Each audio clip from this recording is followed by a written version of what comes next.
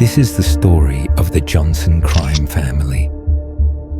Wreaking havoc in their wake, the ruthless burglars stole ATMs and even made off with the Rothschilds' treasure from a stately home.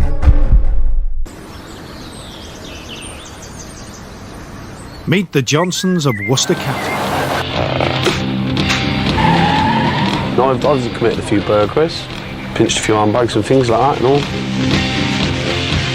Well, I will only rob your house if I feel the need, as I've got to feed my children. There you go.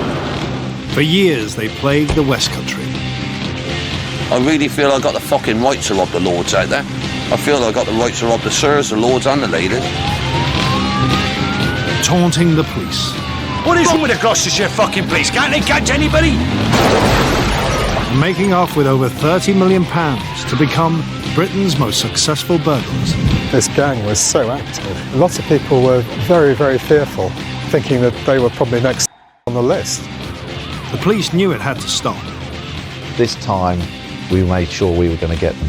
But the Johnsons never surrendered. We're coming to hurt one of the Johnsons, we're coming back.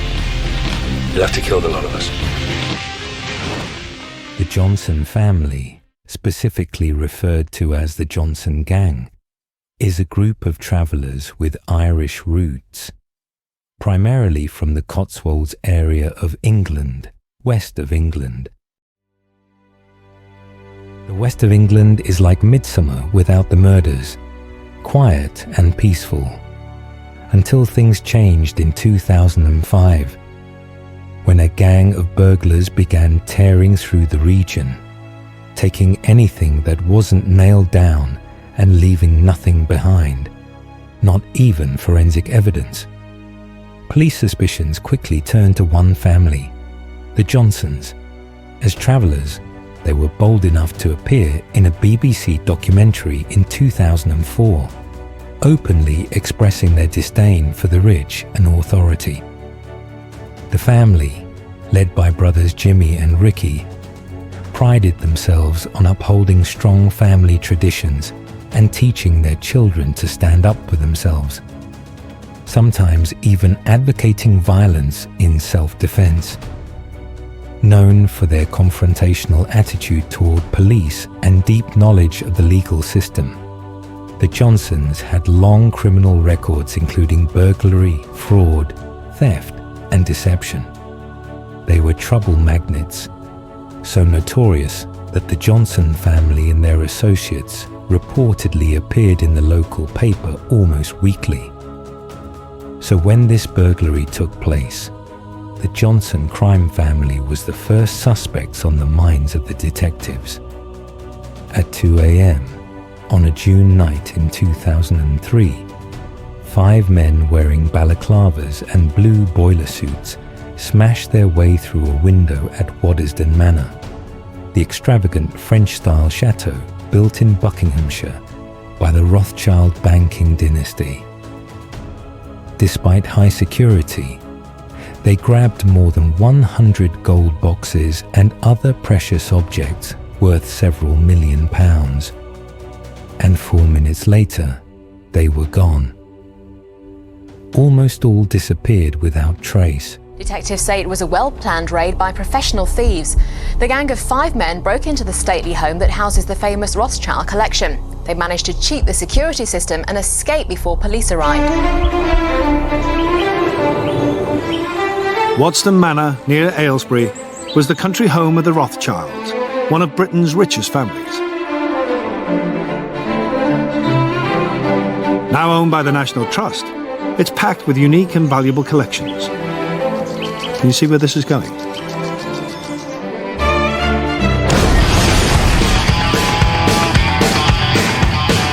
In June 2003, a gang of 5 men smashed their way into a room containing a precious collection of 17th century gold boxes, some formerly owned by Marie Antoinette, and valued at £5 million.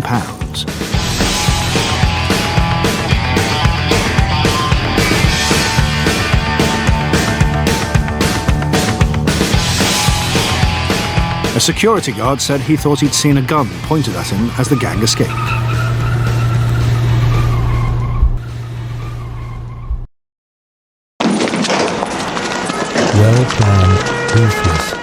leaving no clues. The crime had all the hallmarks of a Johnson job. However, suspicion hit a snag. Jimmy Johnson had a solid alibi. He was already in prison. Interestingly, he seemed to agree with the police. Jimmy called from jail, saying Special Branch had visited him and accused his family of being involved. He was furious, warning that whoever was behind it would land them all in serious trouble. He insisted he was the only one who could sort things out. The real twist was that Jimmy genuinely believed one of his own had done it, but no one was telling him the truth, and he hated being left out. That, it seemed, was the real issue. For decades, the Johnsons remained the prime suspects in the robbery, and with good reason. The police had every justification for their suspicion. The Johnsons were now under surveillance. I think they were as confident as they could be that we weren't good at what we were doing, and I don't think they realised that we were looking at them in the intensity, or they were in such a sharp light that they actually were, which allowed them to gain some confidence. What is wrong with the Gloucestershire fucking police? Can't they catch anybody? What is fucking wrong with you, you idiots? The Johnsons had become cocky, and the police responded by using stop-and-search tactics, which briefly curbed the gang's crime spree. However, the calm didn't last.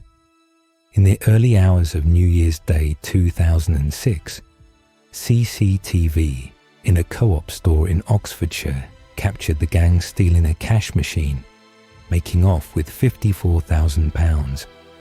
This was just one in a series of cash machine robberies that had plagued 2005.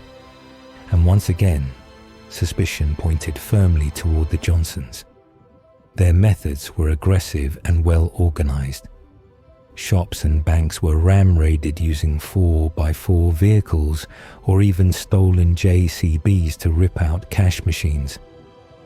The raids were so meticulous that the police were often incapacitated beforehand, such as in one incident in Bromyard, Herefordshire, where the gang slashed police car tyres to prevent a chase. If that failed, the Johnsons were ready to fight back. Their defiance was loud and proud. We'll never give in. I don't care if it's the biggest gangster family in the world. I don't care if it's the Queen. I don't care if it's the army. I don't care who it is. If they come and hurt one of the Johnsons, we're coming back. You'll have to kill the lot of us. They made it clear they would never back down, no matter who was after them. In one high-speed chase through Oxford during rush hour, a Subaru linked to an attempted burglary reached speeds too dangerous for police to continue pursuit. When the car was later found abandoned, a cigarette inside bore the DNA of Michael Nicholls, Ricky Johnson's son-in-law. Nicholls denied involvement and was released without charge. Later that January, the gang struck again, pulling another cash machine from a wall with a JCB, escaping with £60,000 and leaving the building close to collapse. Police searching the area found the dispenser in woods near the home of Daniel Olin, Ricky Johnson's nephew. But the most audacious heist was still to come. Valued at around £20 million, it became one of the biggest burglaries in British history.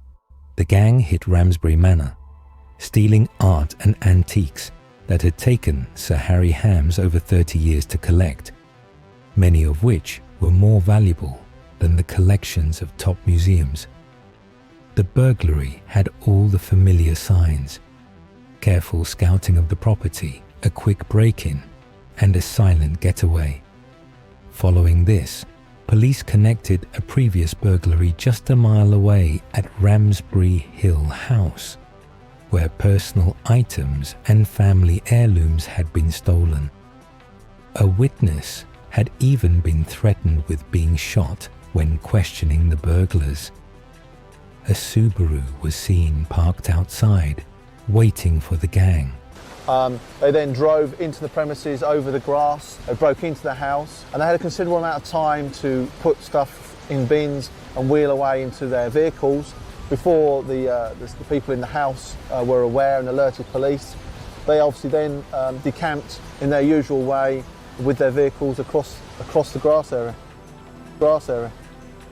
After this raid, Wiltshire Police joined the investigating team and added another unsolved case from their patch, again with all the Johnson trademarks. Just a mile from Ramsbury Manor, Ramsbury Hill House had been broken into a few months earlier. Eventually, police reviewing hours of CCTV found footage from a nearby shop showing the Johnsons entering the store the day before the Ramsbury Manor burglary.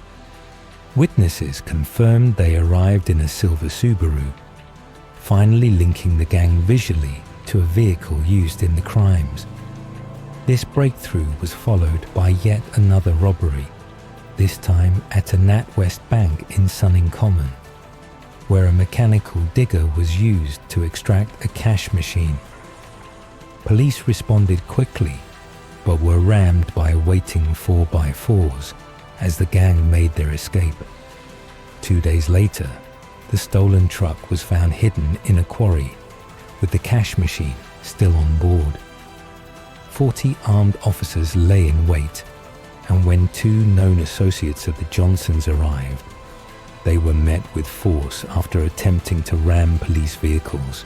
Watched them do this. We followed them at the appropriate safe time. We attempted to stop them. That time they rammed a police vehicle and had to be stopped using firearms officers.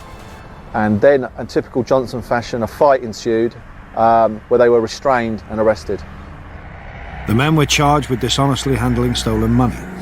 A mobile phone was found on one of them, containing several numbers for Danny O'Loughlin, Ricky Johnson's nephew. Investigators used this to dig deeper, obtaining phone data that mapped movements of several Johnson family members during the times of the burglaries.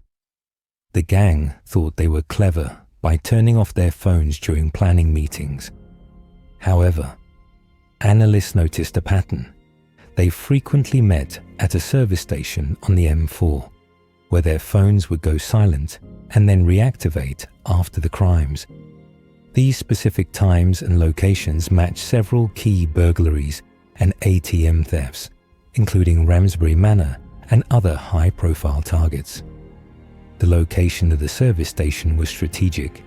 From there, they could easily disperse in any direction, north, south, east, or west, using a bridge to avoid major road detection. As pressure from law enforcement mounted, the Johnsons shifted their focus, even leaving cameras running during a £94,000 titanium theft from Urco Metals, just weeks after another £120,000 hit on the same company. Wearing high-vis jackets, they scouted the site in daylight and returned at night, smashing through gates and shutters. Despite losing a bumper during the break-in, they got away clean. The very next day, Daniel Olin and Chad Johnson were caught on camera cashing in the stolen goods. Over the following week, they were filmed selling more metal from raids in Cheltenham and Hereford, totaling tens of thousands of pounds. They hit another yard soon after, stealing £40,000 worth of copper. Police, tipped off about a planned robbery at TTI Services, set a trap with 50 officers. When the gang arrived, they tried to flee but overturned their vehicle, leading to a violent struggle before 12 suspects, 8 from the Johnson family, were arrested and charged with conspiracy to burgle. Local crime dropped by 95%. Still, the Johnsons claimed that they were being unfairly targeted. Chad and Sonny Johnson, Daniel Olin and Stephen Davis were convicted and sentenced to 2 to 7 years. Police then turned to the high-profile country house burglaries, arresting 13 more suspects including Ricky and Albi Johnson. Prosecutors originally planned to try the gang for conspiracy to burgle across multiple offences, but in a pre-trial decision, the judge ruled that only the Waddesdon Manor gold box heist would be tried separately as a standalone case. However, that case fell apart when the key witness, who claimed to have seen the loot being hidden, muddled dates. The judge dismissed the testimony, and the Waddesdon Manor case collapsed. Police then focused on building evidence around the broader series of burglaries. In January, the trial for the other country house burglaries began. Despite the Johnsons filling the courtroom in an attempt to intimidate, police presented solid phone data, CCTV, and clear patterns in the gang's tactics. Ricky Johnson continued to claim innocence, insisting they were being scapegoated due to their traveller background. He was persuasive, but the evidence was stronger. After a month-long trial, the gang was found guilty, not for the Waddesdon Manor gold box heist, but for several other high-value burglaries. Daniel Olin and Chad Johnson received 11 years. Michael Nicholls got 10. Albi Johnson was sentenced to 9, and Ricky Johnson to 8 years. Despite the convictions, the Johnsons remain at their caravan site in Cleve Prior, appealing the verdicts. The majority of the stolen goods, including the Waddesdon Manor treasure, have never been recovered. Rumours persist that the family still searches fields across the Cotswolds, hoping to remember where the loot is buried. Somewhere out there, priceless antiques and gold may still be waiting to be found. And this story is not over. It has a twist at the end. But that's it for now. Thanks for watching. Please smash that subscribe. Till next time, folks.